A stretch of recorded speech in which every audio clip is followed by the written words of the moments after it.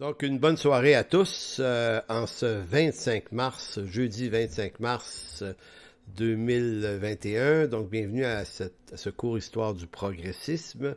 On est rendu à la séance 7. Encore une fois, je remercie tous ceux qui prennent le temps d'encourager. C'est vraiment béni d'entendre ces petits messages-là qui viennent ici et là. Donc voilà. Donc ce soir, Histoire du progressisme, on va terminer un petit peu quelques éléments du 18e siècle et on va s'intéresser au 19e siècle. Le 19e siècle, les années 1800 à 1008 à 1009. C'est probablement un des siècles les plus fantastiques de l'histoire humaine. Vous allez comprendre pourquoi à mesure des prochaines séances. C'est un des grands siècles qui va exposer puis mettre en lumière le génie de l'homme, parce que l'homme est capable d'être extrêmement génial, puis de construire et de bâtir et d'inventer des choses par la science et l'innovation qui vont, ma foi, être extrêmement utiles. Et ça fait partie du progrès. Maintenant, ce qu'on a vu dans le 18e siècle, le siècle avant, c'est qu'on a vu que c'était le siècle des bouleversements. Donc, c'est le siècle où les choses se sont mises à changer vers le progrès. Il y a deux sortes de grands progrès qu'il faut séparer. D'une part, il y a les progrès scientifiques, puis d'une part, les progrès philosophiques, politiques, religieux. Les progrès politiques, philosophiques, religieux touchent au monde des idées. On n'est pas dans la découverte de lois de la nature ici, là. C'est des idées sur comment organiser le monde, comment se réorganiser politiquement, comment réorganiser l'éducation. Donc, dans ce monde-là là, qui pousse ce type de progrès-là, ici se développent des conceptions athées, incroyances. Se défaire de la superstition divine, de se défaire des livres religieux. Ça, c'est dans le monde des idées. Mais vous avez l'autre côté du développement et du progrès, qui est plus le domaine de la science. Et dans le 18 et 19e siècle, les scientifiques, eux autres, sont pas dans le débarras de Dieu. Ce sont pour la majorité, la vaste majorité des croyants, puis des croyants très convaincus, qui regardent le progrès et les découvertes scientifiques comme les découvertes de la création de Dieu. Et certains sont dans l'émerveillement, littéralement. Donc, on a affaire à deux progrès qui avancent l'un à côté de l'autre, mais qui sont pas poussés par les mêmes philosophies de base. Éventuellement, la science, le monde de la science, va devenir de plus en plus plongé vers l'incroyance, mais c'est pas à ce moment-là que ça se passe. Donc, il faut faire cette distance-là.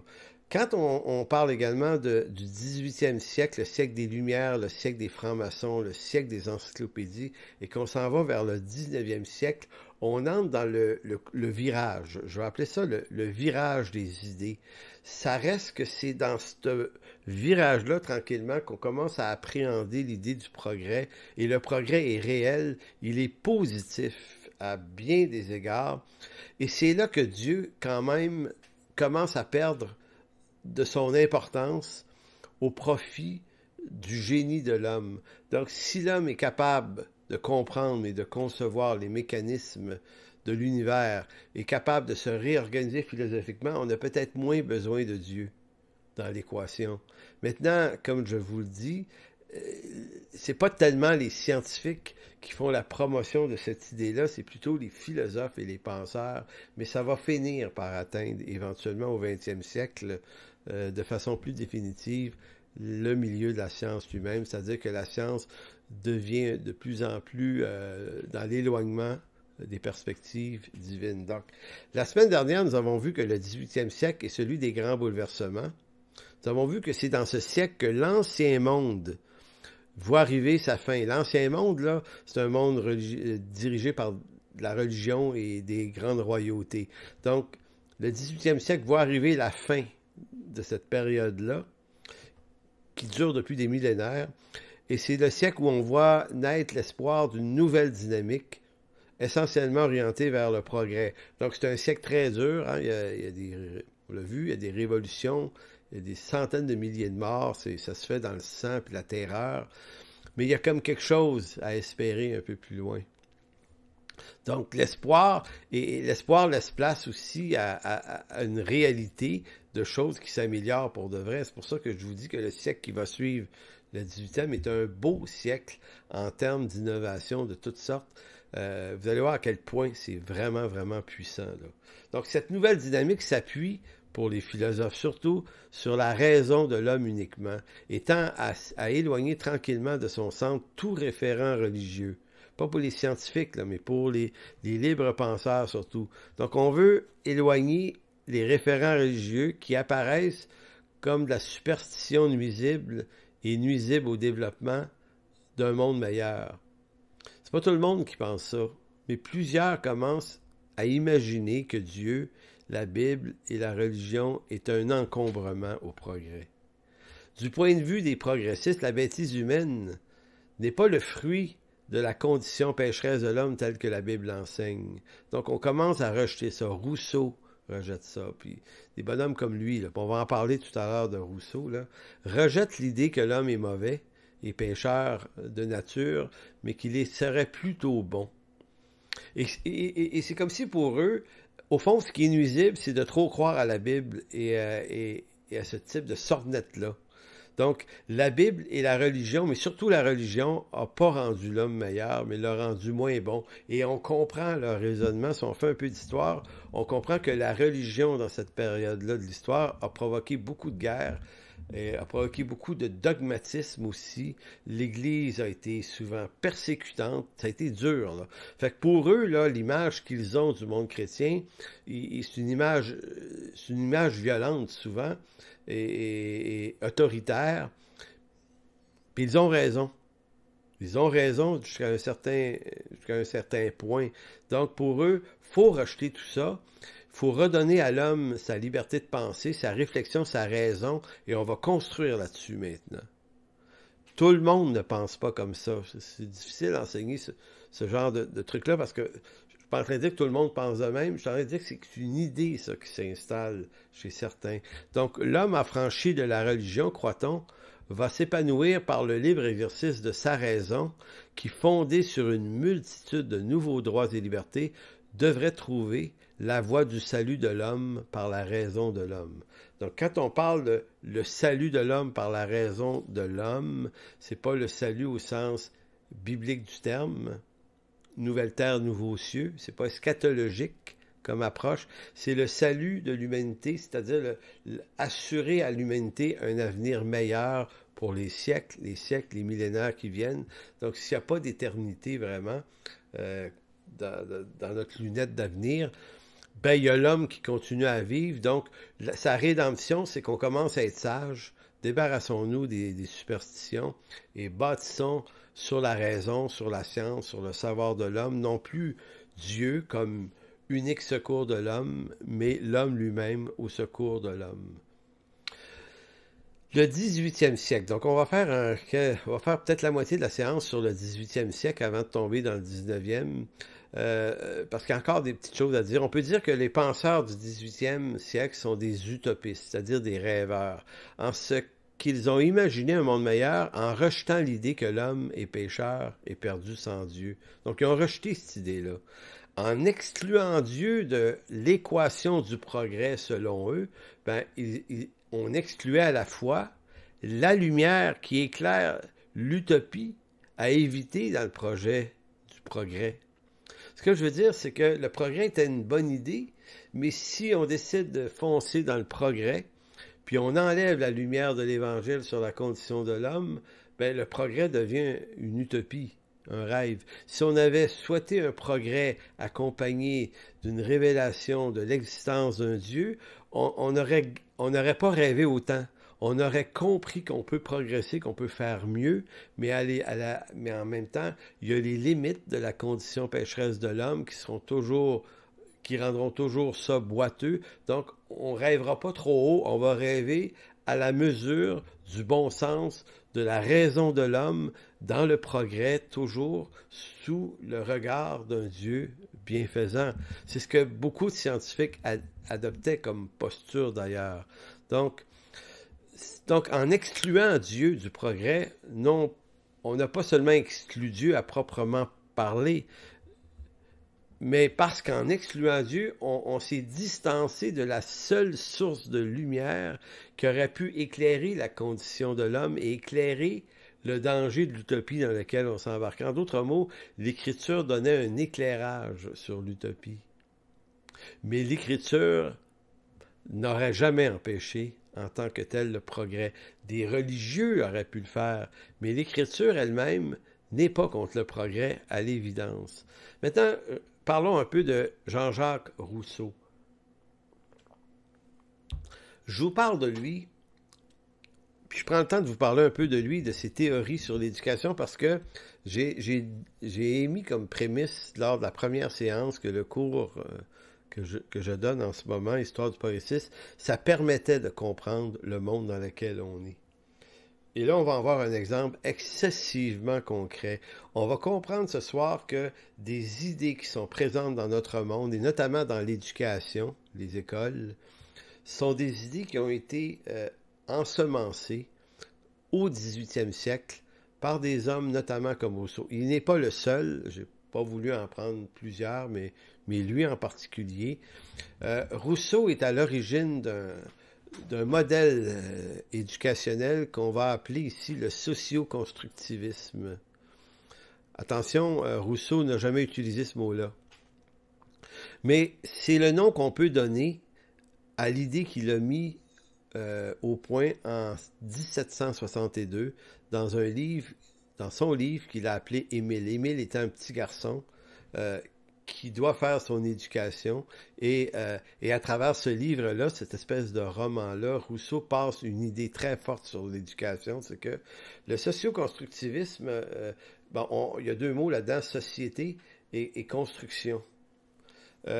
L'idée, c'est que l'enfant ne doit pas être construit dans ses valeurs, dans son éducation, par les croyances des gens qui l'entourent, donc de ses parents, et même pas de ses professeurs. C'est comme si Rousseau tient pour évident que les gens sont généralement superstitieux et tendent à passer à leurs enfants leurs croyances superstitieuses. Donc, Rousseau essaie de créer un univers éducationnel où l'enfant est éloigné des influences et apprend seul, par la nature, par sa nature à lui. C'est pas juste la nature, les arbres, la forêt, mais c'est tout ce qui est du domaine de la nature. Et selon Rousseau, la nature échappe à la bêtise humaine, donc elle est le meilleur professeur. Donc l'enfant va se construire lui-même, socialement, socio-constructivisme, il va se construire lui-même en échappant aux lourdes influences idéologiques du milieu qui l'entoure. Donc, Rousseau ne peut ignorer la dépravation du genre humain, il le sait. En passant, il venait des milieux protestants, là. Lui, il avait quand même un bagage, si on veut, religieux protestant assez important. Je crois qu'il venait d'ailleurs de la Suisse, de Genève, mais je ne suis pas tout à fait sûr, là. Mais Rousseau ne peut ignorer la dépravation du genre humain, mais puisqu'il ne peut admettre que cette dépravation émane de la chute d'Adamique. Vous savez, si tu rejettes l'Écriture, tu rejettes la condition pécheresse de l'homme. Mais si tu comprends que l'homme se conduit mal pareil, il faut bien que tu donnes une origine à ça. Donc pour lui, l'origine de la dépravation humaine, c'est pas la chute, c'est l'homme lui-même qui perpétue de la bêtise et de la superstition. Donc c'est une équation utopiste très simple.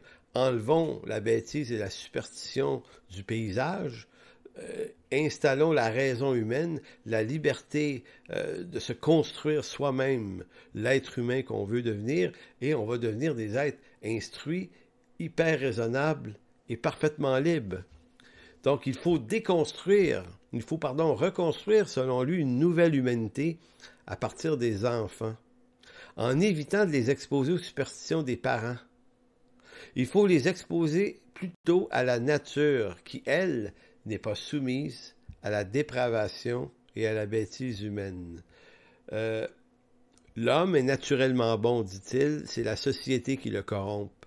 Pour Rousseau, l'enfant est un être bon, authentique, pur, sans vice, encore intact. Il faut comme ne pas s'être occupé d'un enfant pour dire une chose pareille, d'où l'utopie, là. Ça continue comme ceci. Voilà pourquoi Rousseau posera comme maxime incontournable que les premiers mouvements de la nature et donc de l'enfant sont toujours droits. Il n'y a point de perversité originelle dans le cœur humain. Pour lui, si l'enfant devient indocile, méchant, avide ou menteur, c'est parce que la société aura semé ses vices en son cœur et dans sa raison. Donc pour Rousseau, les mensonges des enfants sont tous l'ouvrage des maîtres qu'ils ont eus. En fait, de ceux qui se prétendaient comme tels, des maîtres pour eux, car le véritable maître ne peut être que la nature qui, elle, ne mentira jamais.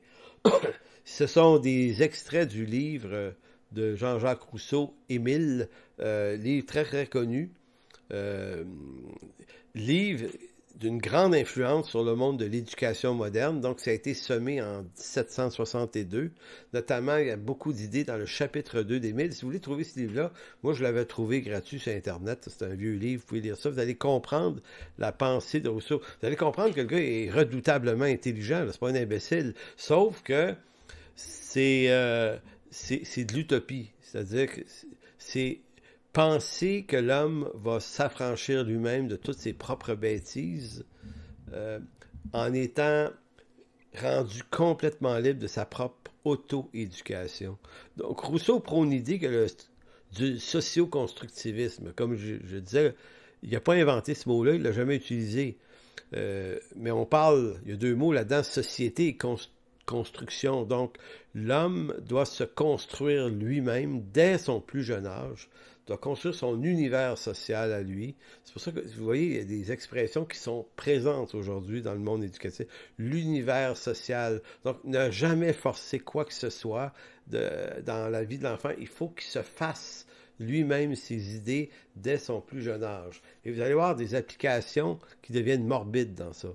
Donc, il prône cette forme de socio-constructivisme, c'est-à-dire c'est l'enfant qui doit se construire lui-même sans intervention de l'opinion des grands. Seule la nature est son guide qui lui fournit ce dont il aura besoin pour se construire un savoir et des convictions. Et ça, c'est pleinement implanté dans notre système éducatif québécois. Dans nos écoles québécoises, on a reconstruit le modèle pédagogique sur les idées de Rousseau, en quelque sorte, et notamment dans cet ouvrage Émile. Faut-il rappeler, par contre, chose étonnante, que Rousseau a eu 5 enfants et qu'il n'en a éduqué aucun des 5. Il les a placés à la crèche. Et il l'a même fait contre la volonté de sa femme. Je ne sais même pas s'il était marié avec elle, mais on dit contre la volonté de leur mère et de la belle-mère aussi, qui aurait voulu les garder, les éduquer. Mais Rousseau méprisait ces femmes-là. Donc, en d'autres mots, Rousseau, qui est vénéré comme un génie, en fait, est un homme extrêmement méprisant des femmes et qui n'a jamais voulu s'impliquer dans avoir des enfants, mais il les a eus, mais s'en occuper, mais qui est devenu le théoricien de la chose, ce qui est en soi une aberration, puis bien que des grands penseurs de l'éducation vont le considérer comme un génie, et le fait d'avoir mis ses 5 enfants à la crèche, de ne pas les avoir éduqués lui-même, c'est une erreur. C'est un phénomène de parcours sans importance. Le génie de l'homme est quand même là, sauf que c'est un génie qui conduit au monde dans lequel on est, là. Quand on regarde, depuis les années 2000, qu'on a implanté beaucoup le socio-constructivisme dans nos écoles au Québec, on a créé énormément de problèmes chez les enfants. On n'a pas créé... Il y a beaucoup plus de détresse aujourd'hui chez les enfants, beaucoup plus de rébellion. C'est beaucoup plus difficile pour des parents d'avoir des relations saines dans certains cas avec leurs enfants. Ça a créé énormément de problématiques puisque, au fond, on est en train de briser le rapport parent-enfant. Le parent devient, au regard d'un enfant, un ignorant qui ne peut pas l'aider. Vous voyez, et là, j'exagère à peine. Là, parce que, en d'autres mots, c'est un peu la théorie de Rousseau. Si les parents sont nuisibles, ben ça va être l'éducation nationale et tout le système des garderies au Québec est fondé un peu là-dessus.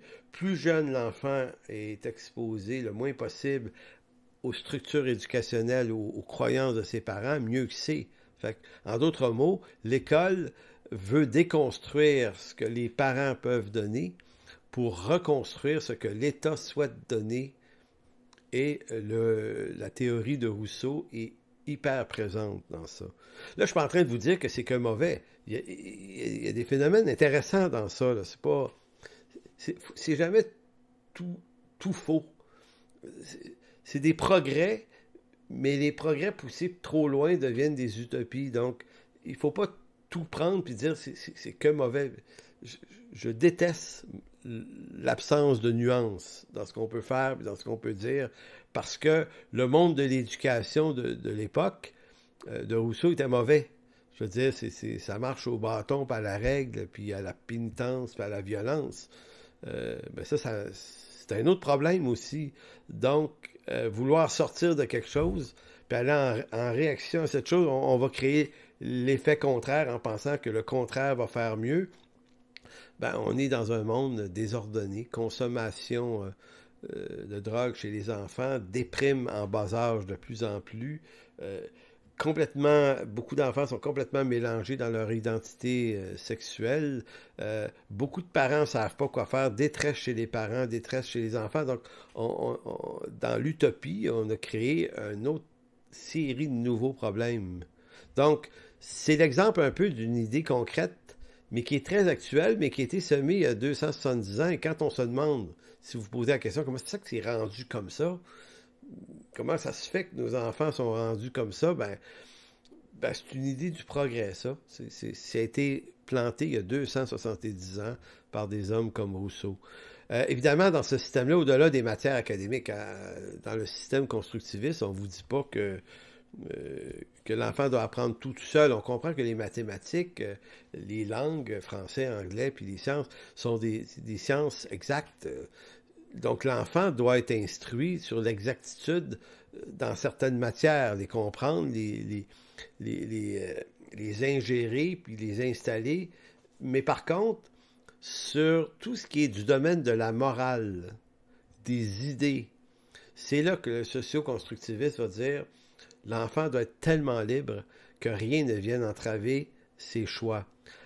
Donc, je vous fais tout de suite une différence entre le paradigme biblique en éducation et le paradigme humaniste en éducation. Le paradigme biblique dirait en Proverbe 22:6, dirait aux parents, pas à l'Église, mais aux parents, instruis l'enfant selon la voie qu'il doit suivre et quand il sera vieux, il ne s'en détournera point. Donc, le paradigme biblique en éducation dit aux parents, tu as un rôle à jouer, à implanter dans le cœur de tes enfants des valeurs morales très, très précises. Si tu veux qu'ils les développent, il va falloir que tu t'en charges. Le paradigme humaniste, lui, c'est comme s'il disait, n'instruis pas l'enfant dans la voie que tu crois qu'il devrait suivre, mais laisse-le s'en détourner, afin qu'il puisse choisir lui-même la voie qu'il préfère. Et là, vous pourriez dire, ouais, mais ça... Mais en réalité, c'est un paradigme éducationnel qui livre l'enfant à son propre cœur. Donc, vous voyez, là, on est ici devant deux grandes idées qui s'opposent. Ma femme et moi, on a choisi le premier, on a fait l'école maison, on a dit qu'on a décidé que ça serait nous qui serions les principaux mandataires des valeurs morales et spirituelles qu'adopteraient nos enfants. Et on n'était absolument pas inquiet de ce que pouvait en penser le voisinage. Pour nous, là, ça regardait personne. Ce sont nos enfants. On est tout à fait contre le paradigme de Rousseau. Nos enfants n'appartiennent pas à l'État. Et ils appartiennent à leurs parents jusqu'à leur majorité. Et nous, on leur a donné tout ce qu'on pouvait leur donner de nos valeurs chrétiennes. Nos enfants les ont reçus, ils les ont conservés, et ça s'est très bien passé pour eux. Mais on a investi beaucoup de temps dans ça. L'école maison, c'est pas une mince affaire. Je suis pas en train de dire que tout le monde devrait faire ça en passant, là. Je suis en train de dire que c'est le choix que nous, on a fait. Parce que on croit à l'Écriture, et y croire, c'est pas juste croire à des idées, c'est rendre ça le plus concret possible. Mais dans ce paradigme éducationnel-là, c'est-à-dire qu'on ne doit pas influencer l'enfant, mais on doit le laisser choisir ses propres voies. En 2009, j'ai beaucoup combattu contre le cours éthique et culture religieuse qu'imposait le gouvernement libéral de l'époque. 2008, 2009, 2010, on a même fait des marches au Parlement à Québec pour ça. Puis je suis toujours archi contre ce cours-là parce que c'est un exemple de ce type d'éducation-là dans le progrès, c'est-à-dire qu'on a demandé de sortir la confession religieuse catholique et protestante des écoles. C'est ce qu'on a fait à partir des années 90. Madame Marois, Parti québécois, tout ça sont impliqués dans ça, ouvert la Constitution canadienne. Ils ont réussi à faire en sorte que de laïciser les écoles. On peut comprendre, dans un monde multiculturel où il y a des gens de partout, on peut se dire, ouais, c'est vrai que le christianisme a peut-être plus sa place dans l'école publique, mais si c'était ça, ça aurait été une chose. Sauf que le gouvernement va ramener une religion, une forme religieuse en 2008-2009, le cours éthique et culture religieuse, dans lequel, en quelque sorte, je vais vous lire les décisions, le cours éthique et culture religieuse s'impose depuis 2009 dans les écoles québécoises et il pose l'idée suivante. L'école ne propose et n'avantage aucune croyance religieuse, pas même le christianisme qui historiquement construit le Québec, parce que, se dit-on, l'enfant doit se construire sa propre croyance à l'abri des influences des parents et même du système scolaire lui-même. Donc l'école n'est plus confessionnelle, mais elle va amener toutes les religions dans un cours, dans un melting pot, puis elle va donner à l'enfant de se faire sa propre idée en matière de religion, mais sous prétexte que c'est complètement neutre alors que ça ne l'est pas, parce qu'il y a une intention. L'intention, c'est de défaire quand même les croyances religieuses, de les banaliser. Et là, moi, je me suis pogné avec des penseurs du système en 2008-2009, ils disaient non, non, non, on veut juste exposer les bienfaits de toutes les religions. Donc, l'idée, c'est qu'on n'en attaque aucune, on n'en discrédite aucune, on n'en avantage aucune. Donc, au bout de l'exercice, on les banalise toutes. Ça s'appelle du socio-constructivisme à la Jean-Jacques Rousseau. Le deuxième exemple que je vous apporte là-dessus, c'est l'identité sexuelle est une autre dimension, ne doit plus être considérée comme déterminée par la biologie du corps, mâle ou femelle. L'identité, chaque enfant doit explorer son univers social et sexuel pour découvrir son genre sexuel. Donc, c'est pas parce que tu as un pénis que tu es un garçon, en d'autres mots. Donc, encore là, c'est de dire, enlever aux parents le droit de se mêler de cette question-là dans la vie de leurs enfants. Il y a des lois là, qui sont actuellement en train d'être mis en place, le projet C6 à Ottawa. Donc, on voit vraiment ici une intrusion des gouvernements, mais l'intrusion, elle repose sur des philosophies. Et c'est le socio-constructivisme, et c'est Rousseau, il y a 2 siècles et demi et plus. En d'autres mots, on est dans un monde qui est allé chercher des philosophies des siècles passés et ça s'est bâti. Je vais revenir un peu plus tard dans la session sur le socio-constructivisme pour l'expliquer davantage, mais ici, dans le domaine de l'identité sexuelle, je voulais un texte. La transidentité et la transgenrité, les genres donc, désignent le fait de s'identifier à un autre genre que celui associé au sexe biologique assigné à la naissance. Par exemple, on associe à un enfant le sexe masculin à la naissance, car biologiquement, ou à tout le moins, selon ce qui apparaît être des organes génitaux, il serait garçon. Toutefois, en grandissant, l'enfant en question se considère davantage comme une fille, malgré ses attributs typiquement considérés comme masculins. Donc, et la non-binarité, binarité veut dire le concept du deux, là, un ou l'autre, là, quant à elle, désigne le fait de ne s'identifier à aucun des deux genres masculins ou féminins, c'est-à-dire le pôle binaire.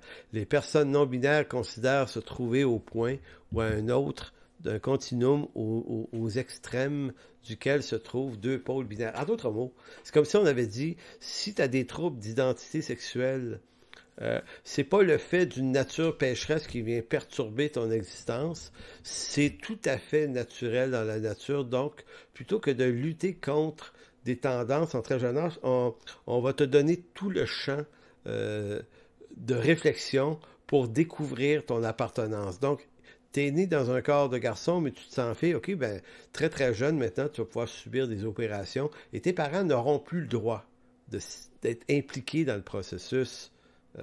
Sous peine même d'être puni par la loi. On est rendu loin, là. On est rendu dans un monde vraiment... Là, donc, le progrès imaginé par les hommes du 18e siècle, Rousseau se retournerait peut-être dans sa tombe s'il voyait que ses idées ont non seulement produit ce genre de progrès, mais ce genre de progrès est plutôt une régression du progrès. C'est comme le progrès, à son pic, finit par créer une régression, le contraire du progrès, puisque c'est d'aller à l'encontre même de la nature.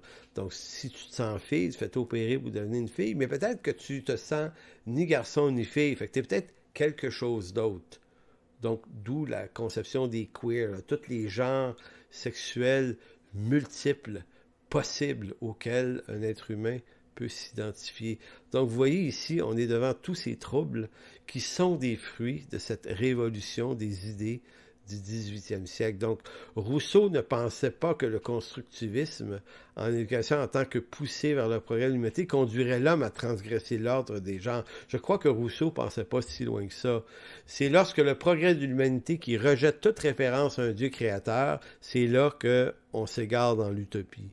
Lui préférant la raison de l'homme a entraîné l'humanité dans l'appréciation de contresens absurdes dont l'on comprend que l'homme livré à lui-même ne devient ou ne retombe qu'en absurdité. Je vous lis un texte dans Romains 8, versets 5 à 8, Romains 8, versets 5 à 8, version sommaire, qui montre en effet que les théorisations de Rousseau et de d'autres au 18e siècle n'étaient qu'une rébellion contre Dieu en vue de amener l'homme à être livré à lui-même, non plus livré à Dieu et la sagesse divine par l'Écriture, mais livré à son propre cœur, débarrassé des lumières divines, devrait s'en sortir mieux. Mais voici ce que l'apôtre Paul avait déjà prévu de nous dire là-dessus.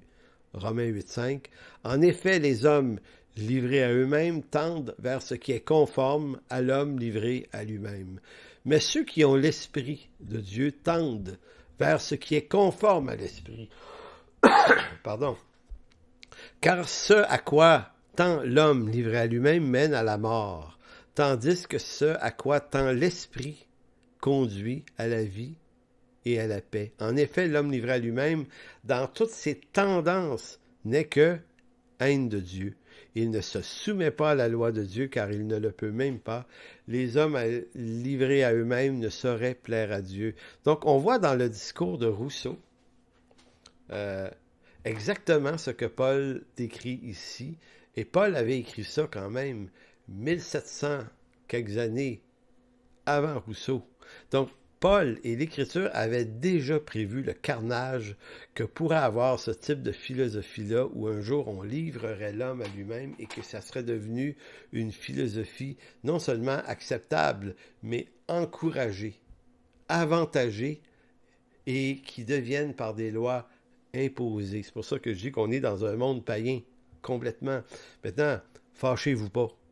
Faites pas de révolution. Ça vaut pas la peine. On vit dans un monde où on comprend là, c'est quoi. Et nous, on est appelés à annoncer l'Évangile dans ce type de monde-là. Et Dieu est fidèle. Il va nous donner ce qu'on a besoin pour le faire.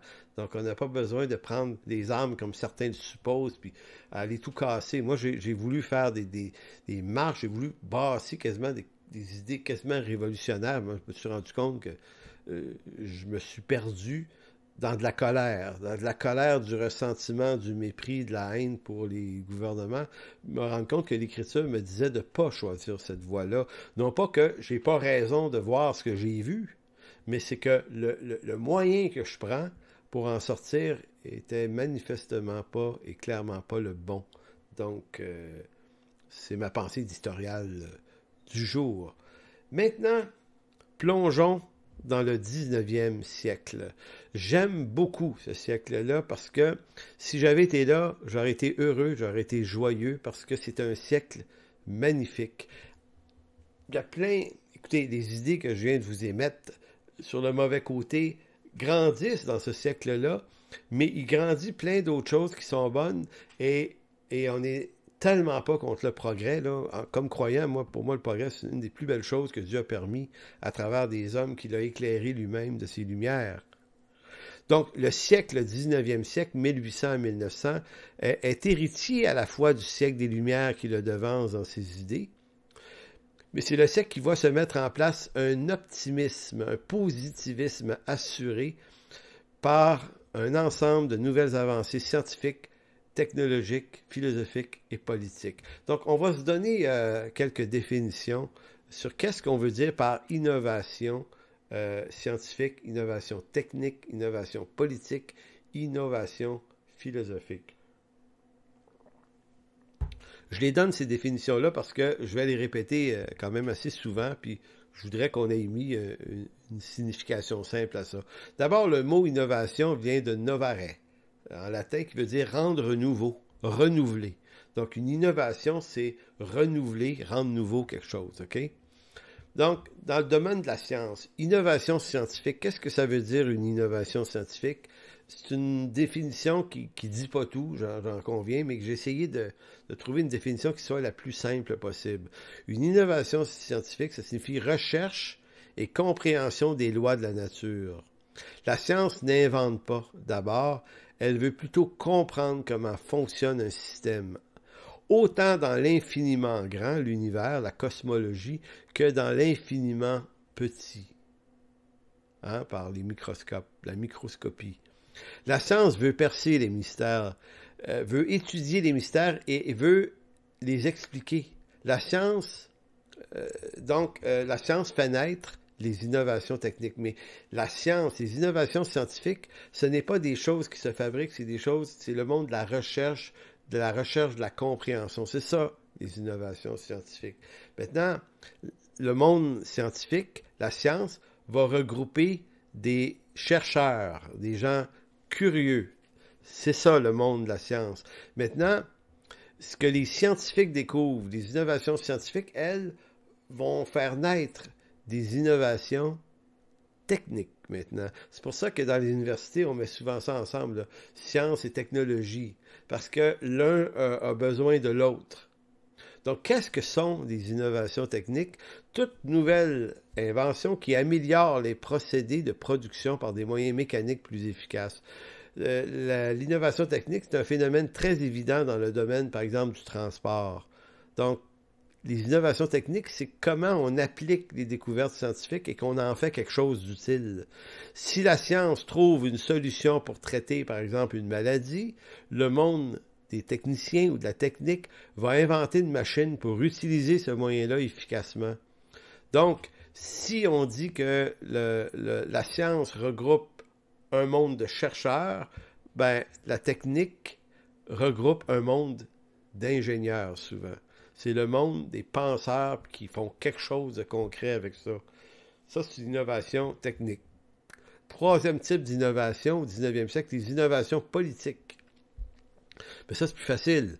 C'est retrouver des nouveaux moyens, des meilleurs moyens pour diriger un pays et un peuple.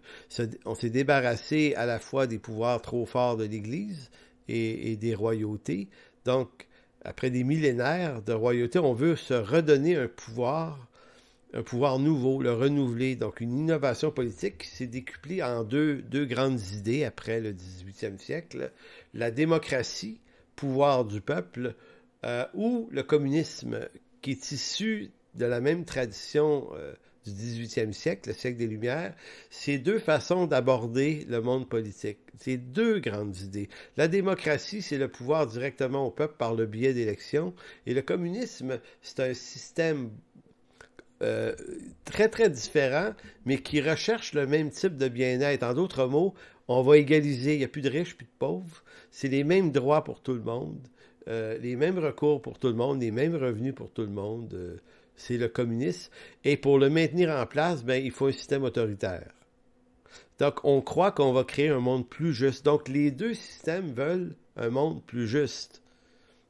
Encore là, ça a fonctionné, mais poussés à leurs limites, ces systèmes-là sont devenus des utopies. Donc, si la science regroupe des chercheurs, et si le monde des techniciens ou le monde de l'innovation technique regroupe des ingénieurs, eh bien, le monde de la politique regroupe des leaders, des gens qui ont envie de diriger. Et la dernière grande innovation, c'est l'innovation philosophique. La philosophie, c'est l'amour et la recherche de la sagesse. Donc, il faut comprendre que dans un univers comme le 18e siècle, où on commence à rejeter l'idée d'un Dieu créateur comme origine de tout ce qui existe, la vie, la matière, ben, il faut chercher une raison et une origine donc à l'existence. Si on dit que c'est pas Dieu, ben faut trouver, on est quand même là. On existe quand même, donc qui sommes-nous là? C'est l'innovation philosophique, là, les nouvelles philosophies, c'est ça. Qui sommes-nous et pourquoi sommes-nous là? Donc, si la science regroupait des chercheurs, la technique des ingénieurs, la politique des leaders, eh bien la philosophie, elle regroupe le monde des penseurs. Et dans ça, ben, la philosophie inclut la religion, les croyances religieuses, donc c'est l'amour de la sagesse. Qu'est-ce qui fait qu'on est là? Pour un croyant, la question est vite répondue. On existe par la volonté de Dieu et c'est Dieu qui tient toutes choses entre ses mains. Mais si vous sortez de ce paradigme-là, ben là, vous avez beaucoup de questions parce que si ça ne vient pas de Dieu, ça vient d'où? Et comme disaient certains grands penseurs, et comment se fait-il que nous pensons? Je suis capable de me poser la question sur la raison de mon existence. Donc, je suis un être intelligent, mais pourquoi je suis intelligent? L'humanité aurait pu exister sans aucune forme d'intelligence. Être que des imbéciles qui se posent aucune question. Mais voilà, on est intelligent, bien que pécheur, mais on se pose des questions en plus, puis on cherche la cause de notre propre existence. Donc, vous voyez, donc ça va être le monde des penseurs qui va prendre le plancher au 19e siècle. Et là, des livres et des livres vont s'en écrire là-dessus. Donc, on pourrait dire que le 19e siècle, c'est le siècle des innovations. Donc, vous allez souvent m'entendre parler d'innovation. À cet égard, je vais vous parler d'un personnage. Il y en a beaucoup de personnages au 19e siècle. J'en ai choisi quelques-uns, les plus éloquents et intéressants. Et le premier dont je vais vous parler, peut-être un des moins bien connus aujourd'hui, qui pourtant est un homme extrêmement important dans le domaine de la cosmologie, c'est-à-dire la compréhension de l'univers. Il s'appelle Pierre-Simon de Laplace. Pierre-Simon de Laplace. Pourquoi parler de lui? Parce que lui vit aux alentours, il est à cheval entre le 18 et le 19e siècle. Il est né au 18e en France, mais il est mort au 19e. Et lui a rencontré Napoléon, en France, le grand dirigeant, le grand stratège politique, Napoléon. Et il y a une jasette avec Napoléon qui a laissé des traces dans l'histoire, et vous allez voir où est-ce que je veux en venir. Mais pourquoi je vous conte l'histoire de Pierre-Simon de Laplace? C'est parce que il y a des athées aujourd'hui qui ont utilisé une déclaration de Simon de Laplace comme étant un peu à l'origine de la science est un rejet de Dieu. En science, on n'a pas besoin de Dieu, parce que Simon a fait une déclaration et on pourrait lui faire dire ça. Et dans certains ouvrages comme Christopher Hitchens, Richard Dawkins, Sam Harris, si vous avez déjà fouillé un peu le monde des athées actuels, vous êtes probablement tombé sur ces livres-là. Moi, j'ai lu leurs livres là, parce que je m'intéresse à qu'est-ce que disent les athées aussi. Donc, certains athées de notre temps aiment dire que le progrès au début du 19e siècle a produit une telle effervescence que les scientifiques de cette époque ont rapidement rejeté l'idée d'un Dieu créateur. C'est une déclaration que certains athées aiment lancer. Christopher Hitchens, si vous connaissez ce monsieur-là, a écrit un ouvrage en anglais qui s'appelait « God is not great, how religion poisons everything ». Donc, comment la religion empoisonne tout. Et son livre s'appelle « Dieu n'est pas grand ». Il existe en français. Vous avez Richard Dawkins, qui est beaucoup plus connu, pour en finir avec Dieu également. Je ne me souviens plus du titre de son livre en anglais, mais c'est à peu près la même chose que ça voulait dire. Vous avez Sam Harris, qui va parler de lui aussi, pour une spiritualité sans religion aussi. Donc, ce sont des athées. Puis il y en a un autre là, qui fait le quatuor là, qui s'appelle, si ma mémoire est bonne, c'est Bennett son nom. Donc, c'est 4 bonhommes importants depuis les années 70, 80, 90 à 2000. Là. Je sais que Hitchens est mort. Hitchens avait un frère qui était théologien et pasteur chrétien d'ailleurs. Donc, vous voyez que c'est des hommes qui ont côtoyé la foi, mais qui l'ont complètement rejetée. Donc, l'idée courante entretenue par ce genre d'hommes-là et d'autres est que l'athéisme favorise le progrès et la science, alors que la croyance religieuse, et surtout chrétienne, parce que pour la plupart c'est des anglo-saxons britanniques, la croyance religieuse favorise, selon eux, l'ignorance et le maintien de la superstition. Les athées, comme eux, affirment que ce genre de choses... oh, c'est ça. Ce qu'affirment les athées, en réalité, quand ils décrivent ça, puis moi j'ai lu leur livre et j'ai bien vu là où vous voulez en venir, c'est que quand ils vont décrire le christianisme dans l'histoire, ils vont le faire sans aucune nuance, sans aucune objectivité. En d'autres mots, ils sont des très mauvais défenseurs de l'athéisme parce qu'ils accusent à tort le christianisme de plein de choses dont le christianisme n'est pas responsable.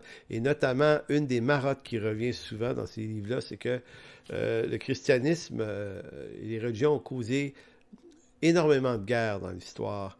Et si on pouvait les avoir en face de nous, on pourrait leur dire, preuve à l'appui, que le 20e siècle, toutes les guerres du 20e siècle qui ont tué au-delà de 200 millions de personnes n'étaient pas religieuses, mais politiques et idéologiques. Qu'on parle de Trotsky, de Lénine, de Staline, de Hitler et de plein d'autres, Mao en Chine et tout ça.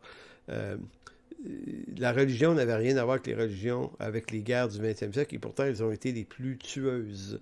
Donc, les guerres sont le fruit du cœur de l'homme et non pas de la religion, ni de la science.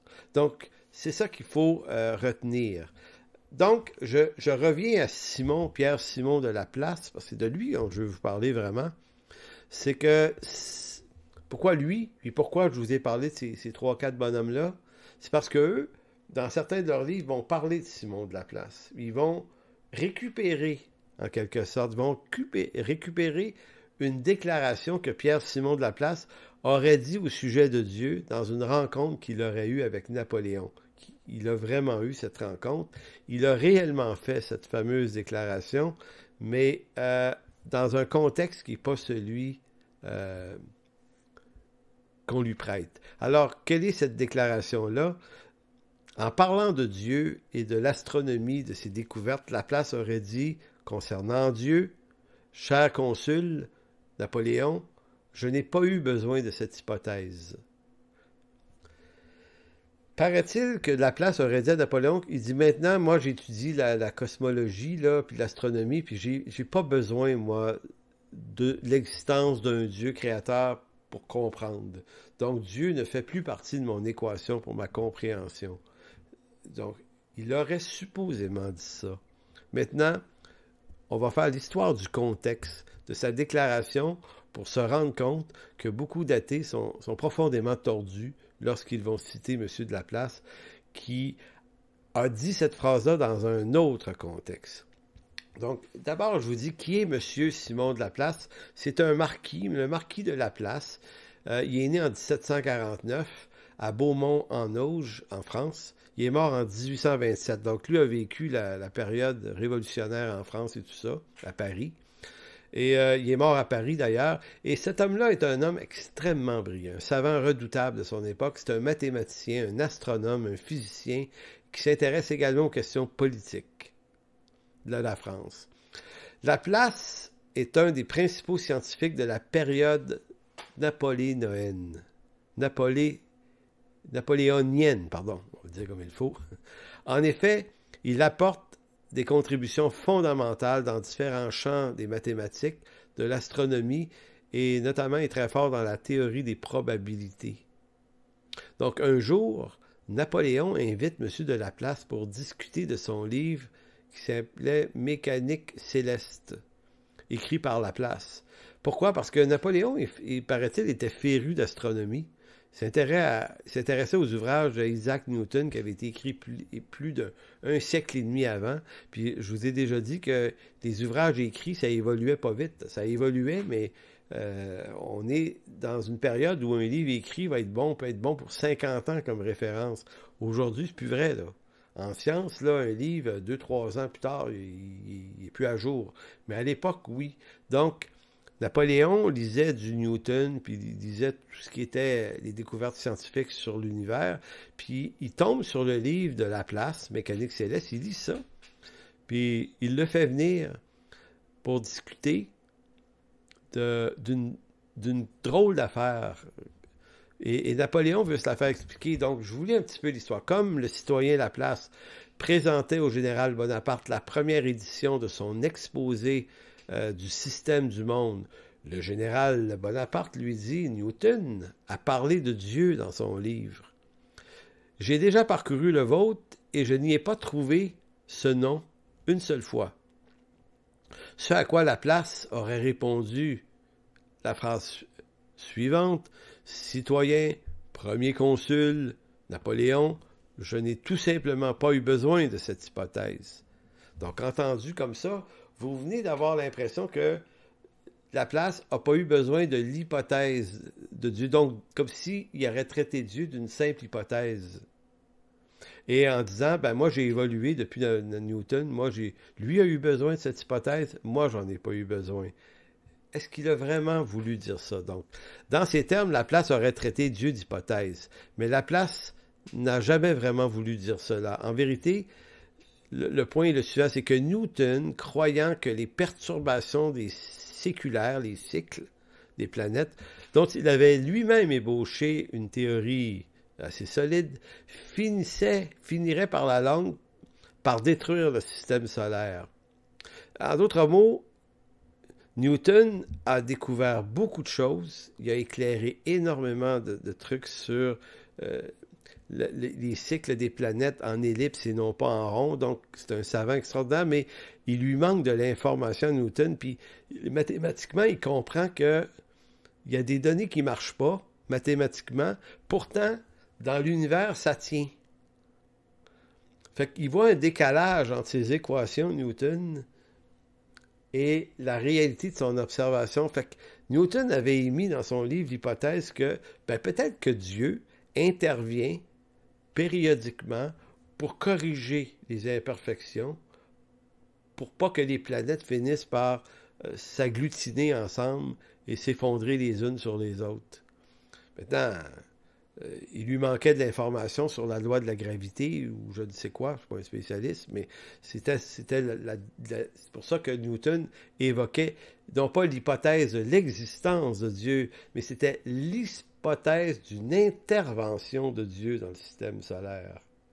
Je ne sais pas si vous me voyez venir. Quand Laplace dit « je n'ai pas eu besoin de cette hypothèse », c'est pas l'hypothèse de l'existence de Dieu, mais c'est l'hypothèse d'un Dieu qui corrige les perturbations séculaires. C'est pas pareil, là. Donc, bon, c'est ça. Donc, les perturbations séculaires devaient être ébauchées. La théorie finirait à la longue par détruire le système solaire. Et dit quelque part que Dieu était obligé d'intervenir de temps en temps pour remédier au mal et remettre en quelque sorte le système sur pied, le système solaire. C'était une pure supposition suggérée par Newton, par une vue incomplète des conditions de stabilité de notre monde. La science n'était pas assez avancée à l'époque de Newton pour mettre ces conditions en évidence, mais Laplace, lui, qui les avait découvertes par une analyse profonde des mathématiques, a pu et dû répondre au premier consul, Napoléon, que Newton avait tort, non pas parce qu'il avait à tort invoqué une correction divine du système, mais jamais Laplace n'a voulu dire que c'était Dieu qui était une hypothèse. Donc, si vous me suivez bien, ce n'était pas Dieu qui traitait d'hypothèse, mais l'hypothèse de Newton sur la correction divine. Et ça change tout. Maintenant, quand des savants d'aujourd'hui, ou comme des penseurs comme Newton, pas Newton, mais Hitchens, Dawkins, Harris, Bennett, utilisent, dans certains cas, la déclaration de Laplace, ils la récupèrent de façon complètement tordue. Voilà ce que je voulais dire. Laplace n'était pas un athée. Le 17 juin 1809, on a des lettres de lui. Il dit « Je prie Dieu qu'il veille tous les jours, qu'il veille sur tes jours, pardon. Il dit qu'il veille sur tes jours. Elle est toujours présente dans ta pensée, ainsi que ton père et ta mère. Laplace mourut en chrétien entouré de prêtres, c'est un catholique, après avoir reçu les derniers sacrements de l'Église. Donc cet homme-là est un homme d'une piété catholique de son temps. Donc, ça laissait voir que jamais il a abandonné ou il a traité Dieu d'hypothèse. En réalité, dans ce siècle-là, les grands savants sont généralement des croyants. Johann Kepler, en 1600, croyait que l'ordre de l'univers était dû au génie de son créateur et se disait croyant. Isaac Newton disait « Il est difficile de chasser Dieu tout à fait. Toujours, il revient humblement, déguisé sur un nom ou sous un autre, et sous le nom que nous avons choisi, il se fait aimer sans qu'on le sache. » Ça, c'est des paroles de Newton. Ce que nous savons est une goutte, ce que nous ignorons est l'océan. L'incomparable disposition et l'harmonie de l'univers, tout cela n'a pu se faire que selon un plan d'un être éternel doué de sagesse et de toute puissance. Déclaration d'Isaac Newton. Leibniz, qui est un autre grand penseur, avait dit « Tout est déterminé, sans doute, mais comme nous ne savons pas exactement comment, il n'est ni ce qui est prévu ou résolu. Nous devons faire notre devoir suivant la raison que Dieu nous a donnée et suivant les règles qu'il nous a prescrites dans sa parole. » Leibniz, c'est dans 1700, lui, à peu près. Louis Pasteur, qu'on connaît plus dans le monde francophone, avait dit « Un peu de science éloigne de Dieu, mais beaucoup de science nous y ramène à Dieu. » Il existe encore l'Institut Pasteur à Paris aujourd'hui. Thomas Edison, un Américain, lui avait dit « J'admire tous les ingénieurs, mais surtout, le plus grand d'entre eux, c'est Dieu. » Donc, on connaît le génie de Thomas Edison, inventeur de je ne sais plus combien d'affaires qu'a inventé le monsieur. Il y a Max Planck, qui lui est un homme du 20e siècle, détenteur d'un prix Nobel pour la théorie des quantas en 1918, avait dit « Rien ne nous empêche donc, et notre instinct scientifique exige d'identifier l'ordre universel de la science et le Dieu de la religion. Pour le croyant, Dieu se trouve au début. Pour le physicien, Dieu se rencontre au terme de toute pensée. La science ne peut résoudre le mystère ultime de la nature parce que, en fin de compte, nous-mêmes sommes une partie du mystère que nous essayons de résoudre. Toute la matière naît et existe uniquement en vertu d'une force. Derrière cette force, nous devons supposer l'existence d'un esprit conscient et intelligent. Cet esprit est la matrice de toute matière et Max Planck fait des références à Dieu. C'est un homme qui est né en 1858, mort en 1947, créateur de la théorie des quantas et prix Nobel en 1918. Donc tout ça pour dire, comme vous pouvez le voir, que ce sont des hommes extrêmement brillants. La majorité des grands scientifiques de cette période-là ne sont pas des athées, ont absolument pas envie de l'être non plus. Pour eux, la découverte, le progrès qu'on fait dans le domaine des sciences, c'est un bienfait voulu par Dieu et on s'en réjouit à l'époque. Donc, il n'y avait pas, si on veut, pour contredire un certain esprit scientifique aujourd'hui, il n'y avait pas à l'époque une rivalité entre science et religion. Les deux s'accordaient très bien dans le monde des scientifiques, notamment. Là où ça s'est accordé moins bien, c'est dans le monde des philosophes. C'est beaucoup eux qui ont poussé l'idée d'un certain rejet de Dieu dans l'univers du progrès qui s'amenait. Donc, voilà en quelque sorte ce sur quoi je vais terminer ce cours.